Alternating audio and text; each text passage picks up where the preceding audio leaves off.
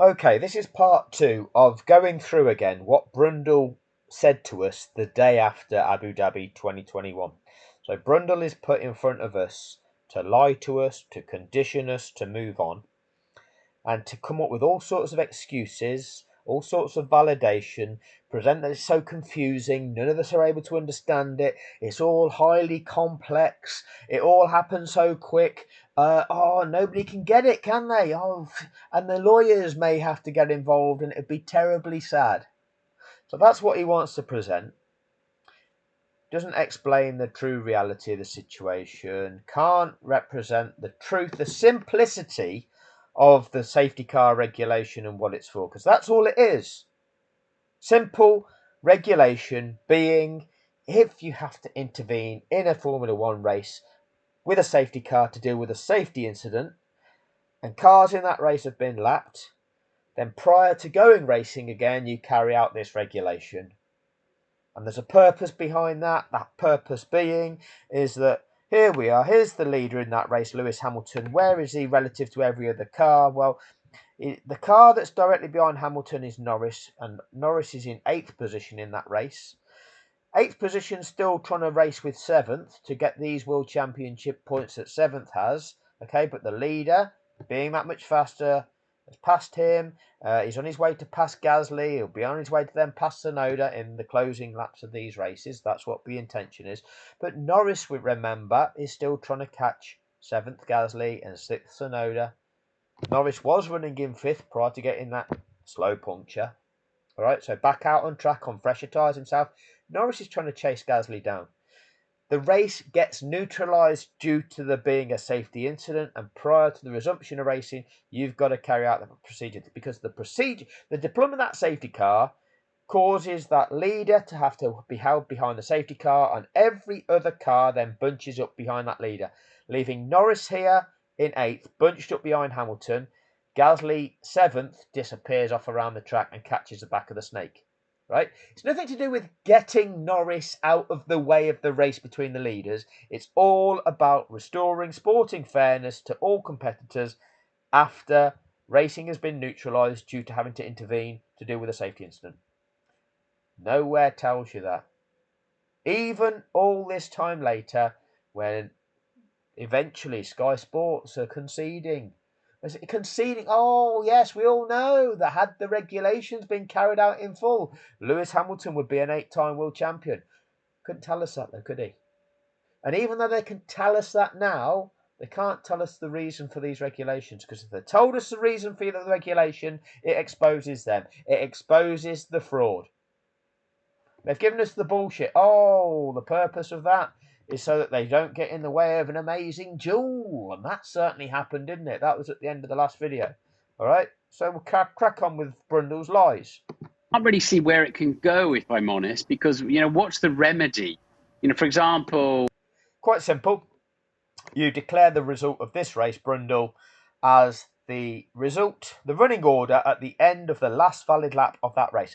The last valid lap of that race was the end of lap 56, because on lap 57, the race director broke the rules of that sport. He selected 5 cars out of 8 cars that qualified and just released 5 cars. That is breaking the rules of the sport. Okay, and then he called the safety car in. So he broke the rules on lap 57. So lap 57 is invalid. You declare the result at the end of the last valid lap, which is the end of lap 56. The running order at the end of lap 56 is the declared result of Abu Dhabi 2021. Very simple. Red Bull didn't do anything wrong. There are no... I explained in my last video they really did, and we'll go into the steward's appeal and I'll explain that in full. Misdemeanors on their part, or Carlos Sainz coming in 3rd for Ferrari. Again, trying to muddy the waters, gaslight it. At the end of lap 56, Carlos Sainz was in 3rd position. He finished 3rd. Wasn't given the chance of challenging for 2nd or 1st, because he's got 2 cars left in between him and Max Verstappen. Oh, Carlos Sainz didn't do anything wrong. What's the remedy there? Quite simple, isn't it? Nobody gets to race. There wasn't time left to resume the race. There wasn't time to carry out those procedures and resume racing again. So racing does not resume. It's a safety car finish. But instead, They contrived it, and they contrived it knowing that one competitor was distinctly advantaged.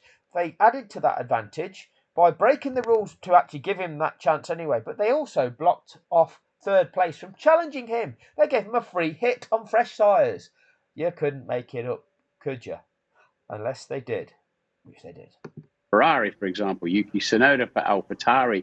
How are you going to unravel all of that? No, the expert doesn't know how you're going to unravel all that. This is what he wants you to believe. He wants us all to think that it's so confusing and nobody can come up with a solution. I'll just suddenly count back a lap. Yes, you can. You can declare the result at the end of the last valid lap. When the rules are broken on lap 57, it's a void lap. Because I don't think there's any precedent or. And if there is precedent of races being shortened, red flags being thrown, and races being shortened, there is precedent, and there is precedent for when you then count back to the declared race result. If obviously this is an unprecedented situation in terms of race control breaking the rules of the sport, but you either follow the same mandate that you would when you cut short a race with a red flag, or you set a precedent. When something unprecedented happens, okay, you have to then respond by saying, okay, that's happened, that's wrong, this is what we're going to do about it. This sets the precedent for what we're going to do about it. You don't have a situation in life where you go, oh, something's happened and it's wrong, but nobody knows what to do about it, so we'll do nothing. We'll just let the perpetrator get away with it because nobody knows. That's what they want you to believe to happen. That enables the perpetrators to get away with their crimes. When the perpetrators are the ones that are running the show, they're the ones that want to get away with their crimes, right? When the mafia is running everything, they want you to believe nothing can be done about it. That's the way this thing is working. Regulation to suggest that. And Martin is telling us he doesn't know. I'm just going to fast forward the advert. What should have happened is we should have had a red flag, so that then the. No, we shouldn't. No, we shouldn't. Didn't meet the criteria for throwing a red flag. You'd throw a red flag if the track was blocked and you couldn't, them cars couldn't go by it. You'd throw a red flag if the driver, for example, needed medical attention and there needs to be the medical car deployed and treatment of that driver on track. You wouldn't want cars going by there every few minutes when you're trying to deal with a medical emergency. Or you would throw a red flag if it was going to take a prolonged period to clear that incident up. And when I say prolonged, on average, these incidents take about 5.5 laps out of a motor race before you can resume racing. That's normal. Okay, and that's an average. And so that can be as little as 4 laps, it could be as much as 7 laps. Okay, but on average, it's 5.5 laps. So that's normal. You don't red flag a race if it's going to take about 5.5 laps. If it's going to take another 15 minutes because the barriers are damaged and you're going to need to repair the barriers, well, in 15 minutes, they're going to do another 6 or 7 laps, aren't they? So that's when you say, we don't want to waste all that many laps out of the race, so we'll red flag it. It wasn't any of that. So it wasn't a red flag situation, Martin. This is a Grand Prix. You can test it under the rules of Grand Prix. It's not a 1-lap shootout where we just put 2 cars on the track on fresh tyres and see who wins over 1 lap. That's not Grand Prix racing. The sport that we are supposed to be watching is called Formula One, and it's contested over a series of Grand Prix, contested under the rules and regulation of Grand Prix. You don't just go, oh, well, this isn't exciting. When we play by the rules, it's not exciting. So what we'll do instead, we'll break the rules and we'll do something different. No, because that's not what the sport is.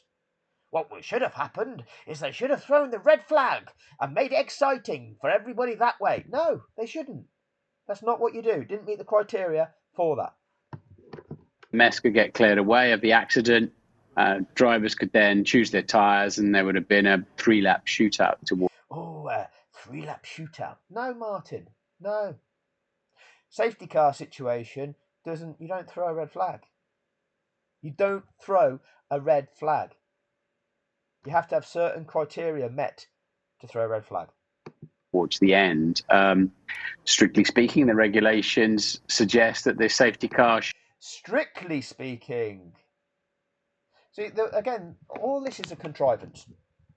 The language that he uses, the manner in which he presents this, is all a contrivance designed to absolve them of consequence for what they've done, designed to make us believe it to be a certain way. Oh, strictly speaking, when you use the word strictly speaking, it means to say, yeah, but we're allowed to bend the rules. We don't have to be strict with the rules. Strictly speaking, no, it's a requirement that you do it this way. There's a reason why you've got to do it this way. Should have completed the next lap, and in fact the regulations do allow for, if it's going to completed the next, strictly speaking, there would have been a 3-lap shootout towards the end. Strictly speaking, the regulations suggest that the safety car should have completed. Strictly speaking, the regulations suggest. Again, look at the use of language. The regulations suggest, do they? Is this a regulation? Is this a book of suggestions? Is it? Is this the comment section? Let me know what you think with your suggestions in the comment section. It's nothing to do with suggestions, dickhead, is it? Strictly speaking, they suggest. Unbelievable. Is this those strictly speaking suggestions? Champion. And then the chaos and controversy of Abu Dhabi. 1 lap to decide the championship. If the final safety car had stayed out the regulated number of laps, If it had stayed out the regulated number of laps, Lewis would have been an 8-time world champion. yeah, that's right, Martin. But strictly speaking, they suggest. Strictly speaking, the regulations suggest that this. Oh, that's a nice suggestion in the regulations, isn't it? Regulation suggestions from Martin Brundle. Safety car should have completed the next lap, and in fact the regulations do allow for, if the regulations allow for. No, it's not about regulations allowing for it. They dictate that if this procedure can't take place in the allotted number of laps of that Grand Prix, it's a safety car finish. That's what it is. If it's going to be a safety car finish, in other words, an accident just cannot be cleared away in time.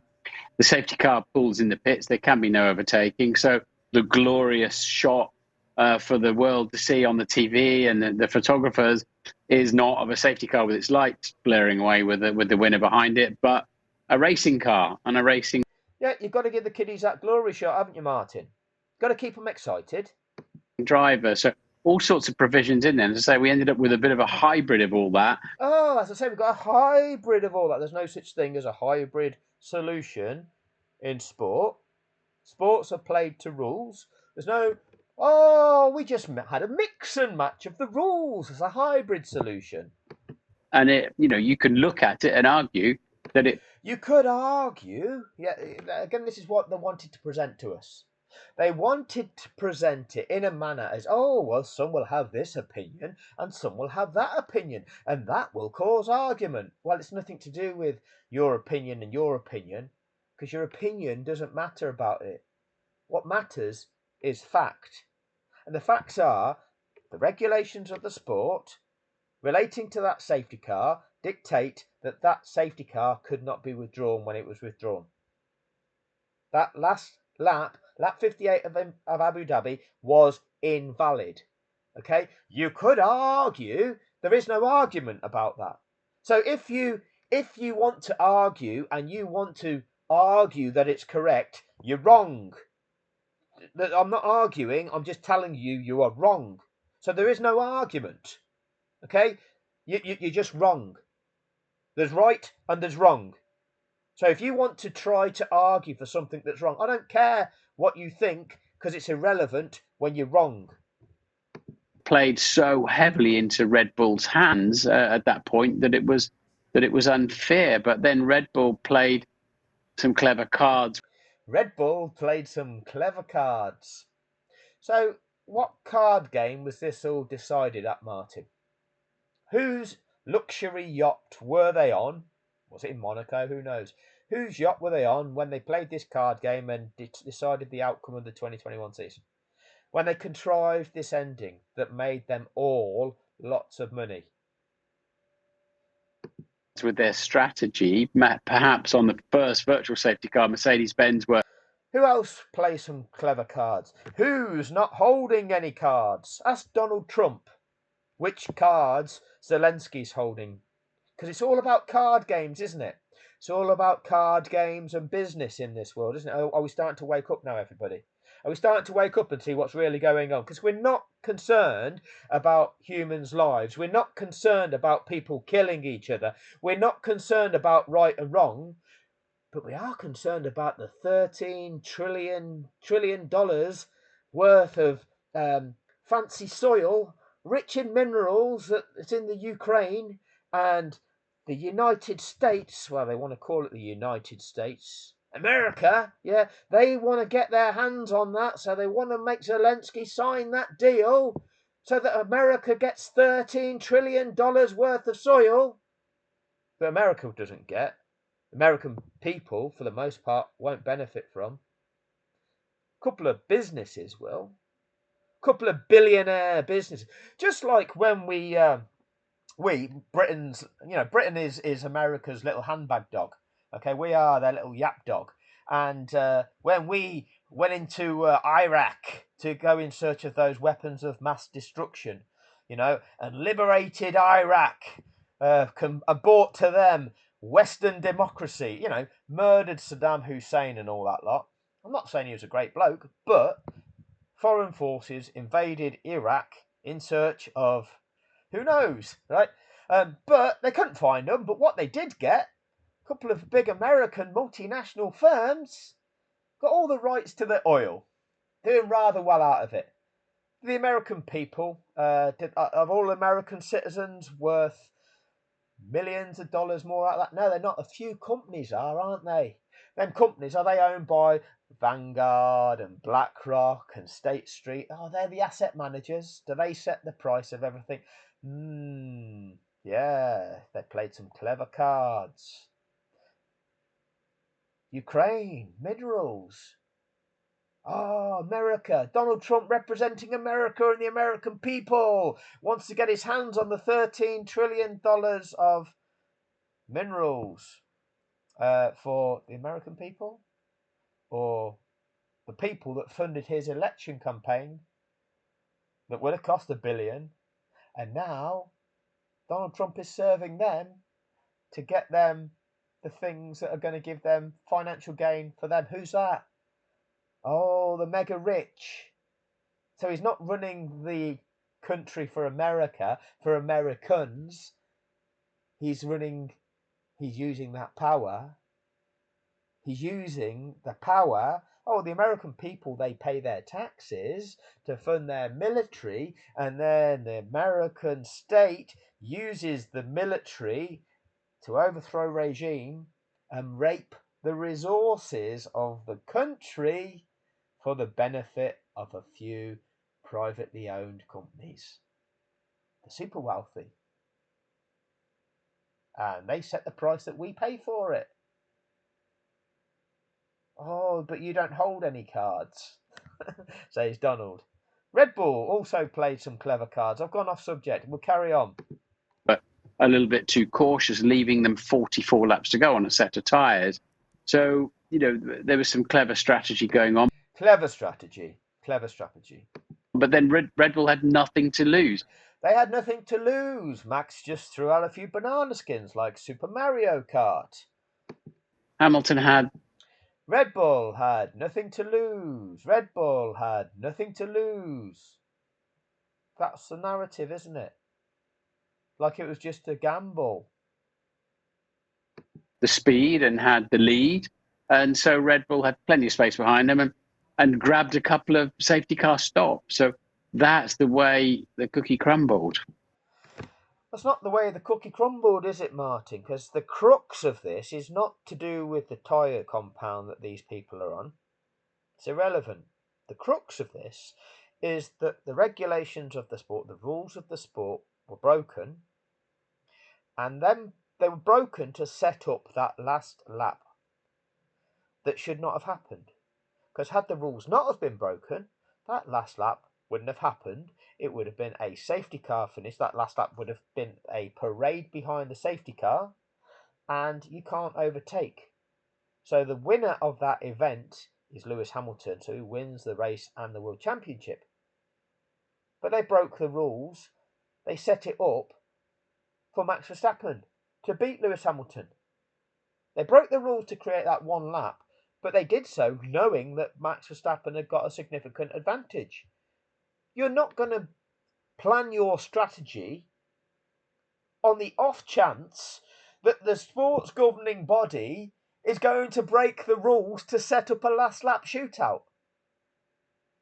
Oh, shall we lose track position just in case they break the rules? No, you're not going to do that, are they? Are you?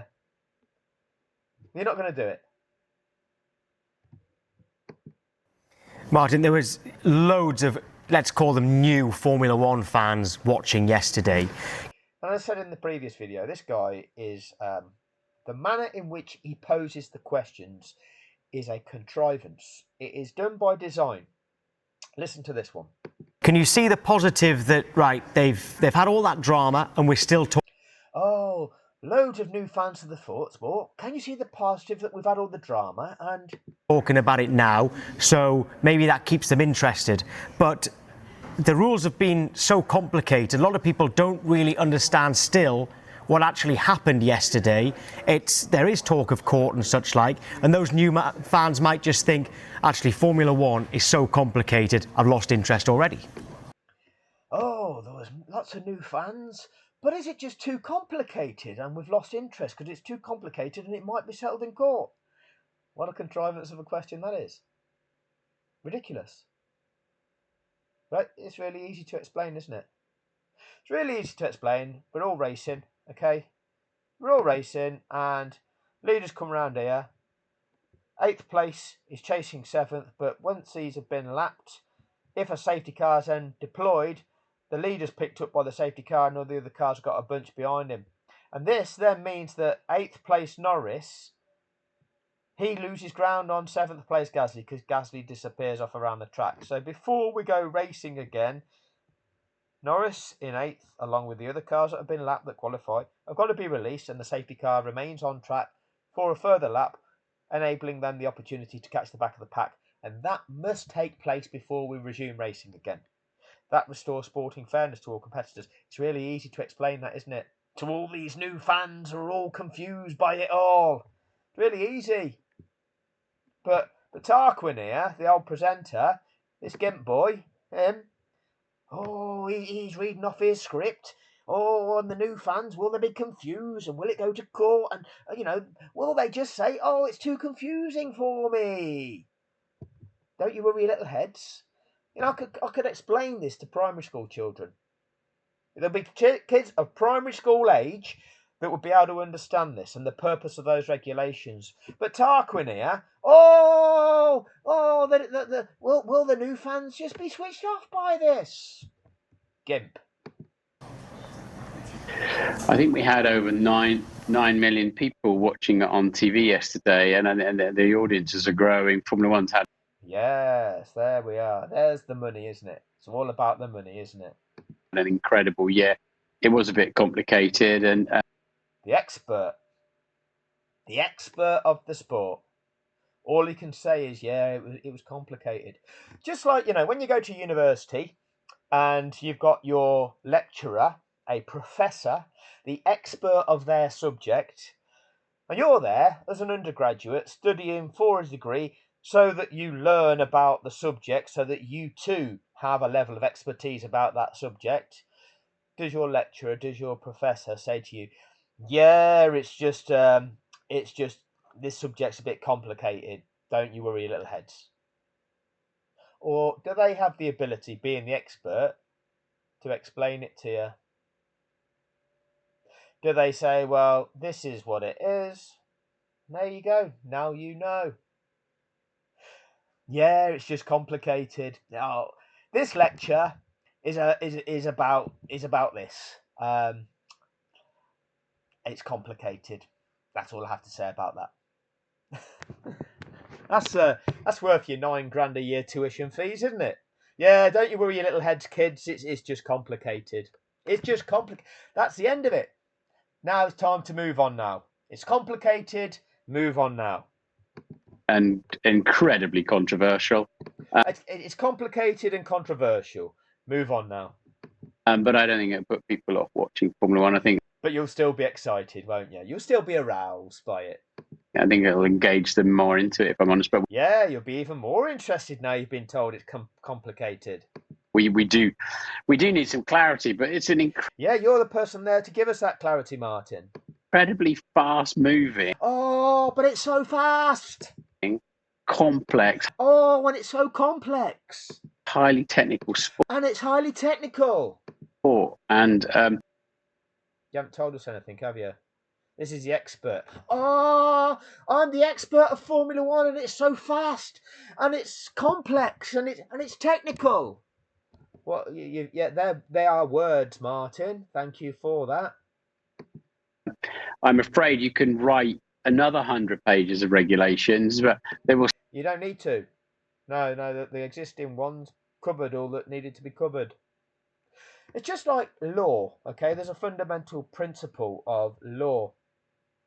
You cannot write a set of unique laws for every situation that's ever going to occur in our lives. No, because there's billions of unique situations that occur in our lives. They're all different. But fundamentally, you apply principles to that in the context of this given situation. What is right? What is wrong? It's not about writing another 100 pages, another 1,000 pages. It's applying simple principles, isn't it? Fundamental principles for the purpose. Fundamental principles, safety car regulation. Prior to the resumption of racing, you carry out in that season is Article 48.12. Simple. Oh, but it's just complex and it's highly technical and it's fast moving, so you won't understand. Will still be circumstances that are just not covered in it, and it. Yeah, that one was, Martin. It's like in any, football, cricket, rugby, or whatever. Yeah, in football, sometimes the ball moves to a part of the pitch that it very rarely goes into, so nobody knows what to do. Don't you worry your little heads. It's just a bullshit, isn't it, Martin? There's at some point, there's a judgment call by somebody. It's not a judgment call.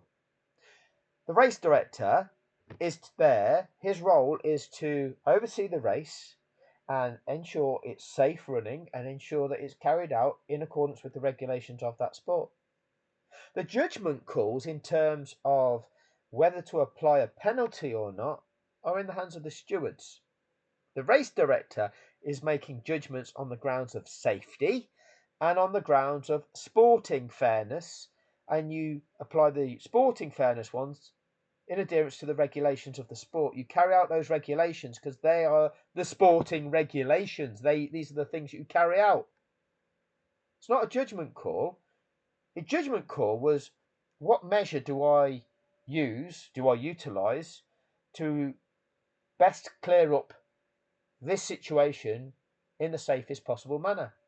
So his judgment call when Latifi crashed was, okay, I've got a crash car on track. How am I going to deal with this? So this is where his judgment call comes in. Can that be cleared under double wave yellows? Do I need to deploy virtual safety car? Am I going to need a full safety car, or do I need to red flag the race? Right, I'm going to need a crane on track to remove that car. When I put a crane on track, we don't like that. So let's get a safety car out there. Slow all of them competitors down.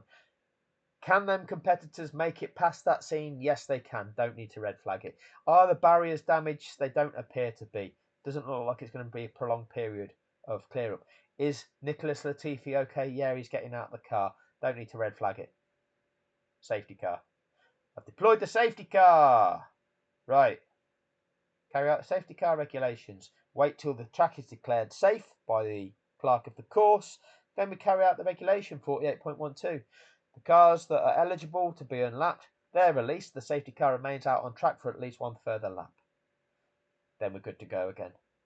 Simple. Simple. There's your judgment call. It's not a judgment call as to, oh, when am I going to bring this safety car in? How many of the lapped cars am I going to release? They're not judgment calls. They're not allowed. They're nothing to do with judgment calls.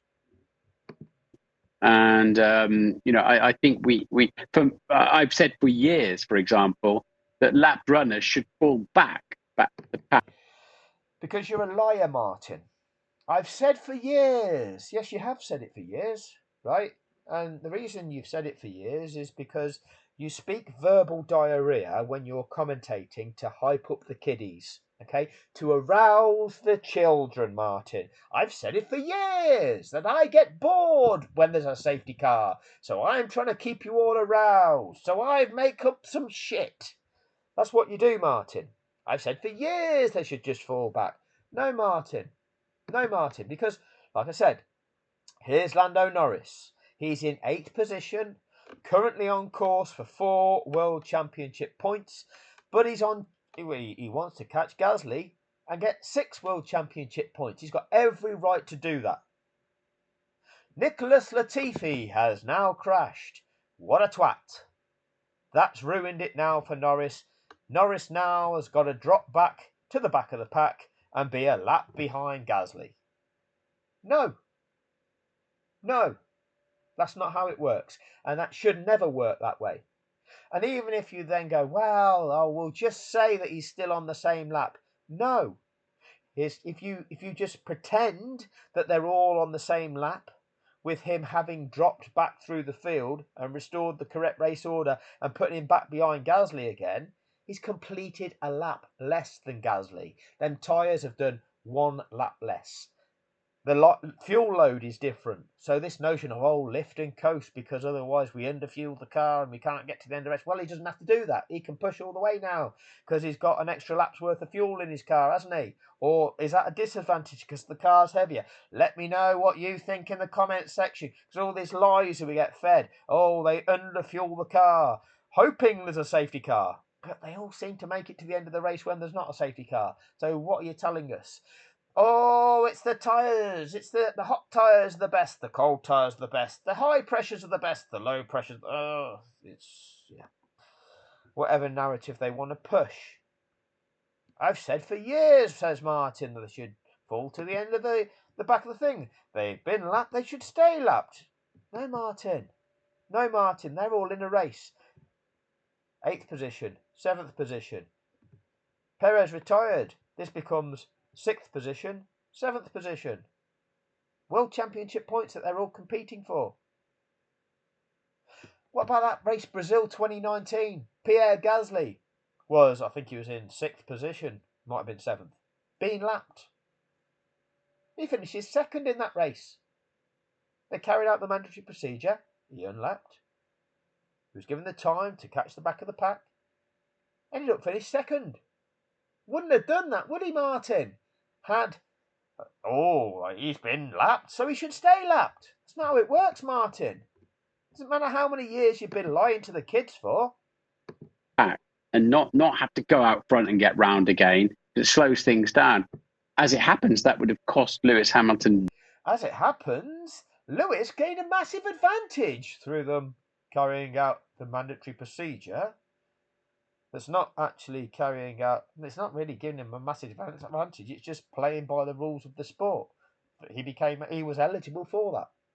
And actually, had his team been sensible and appreciated the situation for what it was, they wouldn't have pitted him when he did, and he'd have got everything done for free and actually not lost a couple of places by them pitting him when they did. But that's for a different video. Dearly back in Imola, when he was recovering from an incident, and other drivers in the past. But, the lap run. So, Martin's proposals of not liking the rules, had they have used Martin's proposals of changing the rules to what Martin likes, that would have cost Lewis Hamilton. But they're not the rules, are they, Martin? So why are you presenting that something would have cost Lewis Hamilton something that's not the rules. You're trying to validate the strap-on, fanboy, aren't you, Martin? Yeah. See, Hamilton got some advantage. Yeah, Martin says so. With Martin's fake rules. Martin's fake rule says that Lewis got an advantage that he shouldn't have got. See, bullshit, isn't it? Runners a lap. Let them just fall back through and put the leaders together like that and go race. Put the leaders together and go racing. Which ones are the leaders? Put the leaders together. So, which ones are the leaders? First, is he the leader? First and second? First, second, and third? Are they the? Where do you stop? At what point do you say, actually, you're not a leader? Because here we've got 8th place. He becomes 7th when Perez retires, right? Is he not a leader? Is he on course for World Championship points? 3rd place, Sainz. Is he a leader? Right? Is he classed as a leader in 3rd place, a podium position? You know, a champagne position. Is he a leader? He didn't get put together, did he? They left 2 cars. They didn't put him together. None of your bullshit adds up, does it, Martin? Racing again. So I think there are a number of solutions. Michael Massey is relatively new to it. So they're not a number of solutions. Everything that you've proposed back the day after, have any of those solutions, Martin, the solutions that you were pretending were solutions and you've been saying for years that you don't like it, have any of them been adopted as solutions? In all this time afterwards, right? 3 full seasons, these proposals that you've just said, oh, so there are a number of solutions. Have any of them been adopted? No. Why is that? Because they're not solutions. Because there's flaws with every single one of your suggestions, Martin. So they're not solutions, are they, dickhead? But you lie to people afterwards. Where, oh, they could have done this. They could have done that. They could have red flagged it. The lap runners could have been... But I've said for years they should go to the back of the field. They've been lapped. They should stay lapped. They're not solutions, Martin. You don't know what you're talking about. The university lecturer, the professor, all he can tell you, yeah, it's complicated. It's complicated, but I've said for years that they should be doing this. But you've not thought it through. Well, you might have thought it through, but you're just there to lie to kids, aren't you, Martin? Lie to kids. The race director, Charlie White. Yeah, Michael Massey, one of the problems here, the referee's new to refereeing. We selected somebody to referee in the FIFA World Cup who's a novice. He's only refereed a couple of Sunday League games. He doesn't know what he's doing. Really? This is the pinnacle of world sport, world motorsport. And the guy that we've put in charge of refereeing doesn't know what he's doing. That's one of the problems. Oh, that is a problem. But that's a lie as well, because he does know what he's doing, because he's had a career in motorsport, in race control of motorsport. He's been Formula One race director on his own for 3 full seasons at that stage, and he's served an apprentice year under Charlie Whiting as well. So he was Charlie Whiting's apprentice in 2018, took on the role when Charlie Whiting died at the beginning of the 2019 season, 2020, 2021. 3 full seasons as race director plus his apprenticeship year. That's not inexperience. That's 60-odd Grand Prix where he's overseen as race director. I've done videos telling you how many times he's deployed the safety car. How many times he's deployed the safety car when there were lapped cars in situ and he's carried out that unlapping procedure. Done it every time.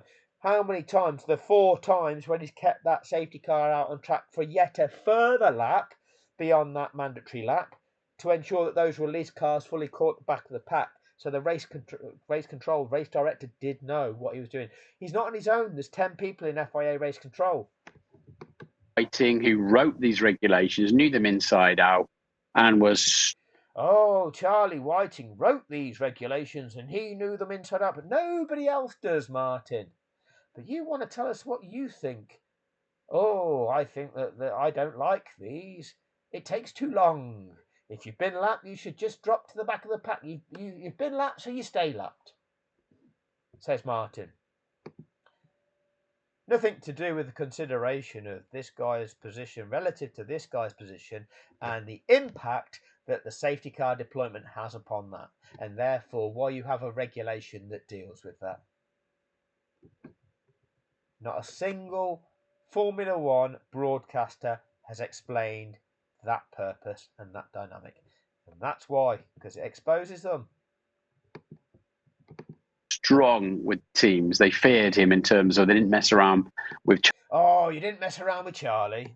Charlie, and anybody who does this job needs to have that I'm sure a few of them mess around with Charlie that do that job. kind of control over very, very competitive people. Very, very competitive people. Cheats like Christian Horner is what you're trying to just label him as very, very competitive. No, he's a cheat, right? He's a cheat. If you think that is success to be proud of, you think it's a valid accomplishment of value to do what Horner does, well, he's just a turd of a human being. That's all he is. There's nothing valid about that. If you cheat to get something in life, well, it's not a valid accomplishment. You're just a cheat. It just shows you what type of person you are. On the pit wall, I personally do not like to hear teams working away on the referee effectively, saying, "Hey, don't put a safety car out now." You know, that is absolutely out of order, and that needs to stop. Where you can start putting, so you know, mass.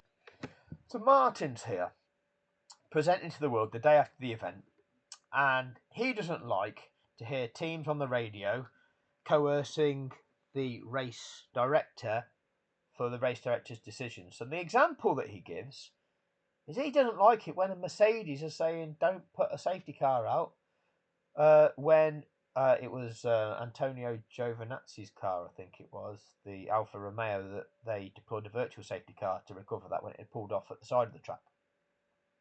And Toto Wolff is saying no full safety car. So Martin's using that as the example that he doesn't like. Nothing to do with Red Bull going, Christian to Michael, why aren't we getting these lap runners out of the way? We only need one racing lap. And he's not giving the example of Jonathan Wheatley going, Michael, this is Jonathan. You don't need to let those cars go right around the track, and then we have a motor race on our hands. So he's not giving those as the examples, is he? Red Bull did nothing wrong. Red Bull played some clever cards. But what I don't like is teams getting onto the radio telling them not to put the safety car out. Toto Wolff was bang out of order there.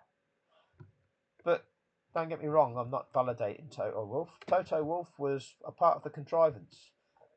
He probably lost that game of clever cards and was just serving and will be off service. And his $1 billion pound share in the Mercedes team ownership, well, that increased in value as the sport increased in value by having an increased viewership, by the increased drama. So Toto withdrew the appeal not to expose the corruption within the sport and took the money. Massey is trying to handle a car in the barrier, a truck on the track, tearing the car away, and marshals, and people lobbying him as to whether he should or should not let the lapped cars go through. Yes, but you don't lobby somebody about. So they weren't lobbying him to say whether they should or should not let the lapped cars go through, because that's a mandatory regulation. That was you, Martin. Let's just go through this again, because I don't think I've ever mentioned this before. As to whether he should or should not let the car away, and marshals, and people lobbying him as to whether he should or should not let the lapped cars go through. Unbelievable, Martin. You're the one in commentary that was saying, will they let the lap runners through? I don't think it's mandatory, but that's normally on a wet day. And if they do, how long will they wait? You said that 3 times, Martin. Will they let the lap runners through? Will they let the lap runners through? Will they? I don't think it's mandatory, but that's usually on a wet day. And if they do, how long will they wait? Remember that, Martin. But Martin, the day after, thinks it's out of order. But Massey is trying to handle a car in the barrier, a truck on the track, clearing the car away, and marshals, and people lobbying him as to whether he should or should not let the lapped cars go through. And the sports commentators asking the global audience whether the race director is going to let the lap runners through. Which he has to. He has to do that before the race can resume. And if there's not time to carry out that procedure, it's a safety car finish. But the professor here, the expert of 40 years, you think if you do something for 40 years of your life, you'd think you'd be the expert of it. You'd think you would know what you're doing. So that's why they select a man like this to tell the world about it, because he's got the expertise, he's got the experience, he's the recognised face, the recognised voice of the sport, presented expert of the sport, lying to us about the rules of the sport. Or, whether or not he should even throw a safety car, as we had earlier on when Giovinazzi broke down on the side of the track and didn't park particularly close to a service access. So I think it's another advert. I'm going to pause it. We're back. That is wholly unacceptable, in my view, that Absolutely right, Martin. Teams from the pit wall can lobby effectively the referee. Yeah, very fair point. I must say those viewing things. Yeah, it's not the problem, is it though, Martin? That's not the crux of the problem. This is a contrivance. Contrivance whereby Nicholas Latifi was told it has to be this lap. And then he crashed that lap. Strange. We then get the lies being told in commentary about what was possible. Will they let the lap runners through? I don't think it's mandatory. So you're setting it up before Massey broke the rules. Then we've got all the individual messages between the teams and the drivers. And the teams are telling their drivers, we think he may restart like this. You're not allowed to restart like that. Why are you telling your driver that you think he might restart like that? You think that the race director is going to break the rules. You've got Alonso going, we needed to do that a while ago to get this job done. What's this job, Alonso? What's this job? We get the rules being broken. Oh, yes, and it's ending. Wow! So we've got this one exciting lap. And then the viewer saying, commentary, this is not allowed to happen. Safety car has to remain on track. This is a safety car finish. Lewis Hamilton should be a record-breaking 8-time world champion, and they are breaking the rules. Not a single one of you said that, did you? Instead, it's going down to the last lap of the last race of the season. They've just broken the rule to set this up and stay excited, everybody. That's what you did, Martin. You took the money and you lied to the kiddies. You're an abuser, Martin. You took the money and abused the kids. That's what you did, Martin Brundle. You're an abuser. Right? A mind conditioning abuser and a fraud. That's what you did. Right? And you did it. Shouldn't have been doing it like that. Real authentic commentary would have been explaining to people that these are the rules. This is not allowed to happen. But you're paid to present a lie. You're paid to present a narrative, aren't you? Filthy scum. That's what you are, Brundle. And then we got this facade of a steward's appeal, which is what I'm going to go on to. A facade of a steward's appeal by Mercedes are saying you've broken the rules. And the stewards inviting Red Bull, and Red Bull present a different version of what the rules actually mean, none of which are valid. And the stewards go, yes, we agree with Red Bull. And no media has ever broken that down and explained that to people. Why is that? Because all media has conditioned everybody with the same bullshit narrative. Start waking up, everybody. Start waking up. All media is owned by those same billionaire companies. Ultimately, have the biggest shareholders asset managed by Vanguard, BlackRock, State Street. These big asset management companies that will have the controlling stakes in the companies that Donald Trump will give the mineral rights in Ukraine to when he makes Zelensky sign the deal. It's not the American citizens that are going to benefit. It'll be those that are running the world. Now, who are they? I mean, we call it America, but who is it really? Who are those few people that ultimately control all that wealth? Who ultimately gets the money out of it? Because we call it America and we call it the American Empire, but they're utilizing the American utilization of force to basically rape and pillage what they want from the world. And using the media mind conditioning machine to make us believe it's all okay. Don't you worry your little heads. It's fine. Don't you worry your little heads. We'll put Martin Brundle in front of you to tell you it's just a bit complicated. But it's exciting. And I think that this is unacceptable when you look at it like this. Absolutely right, Martin.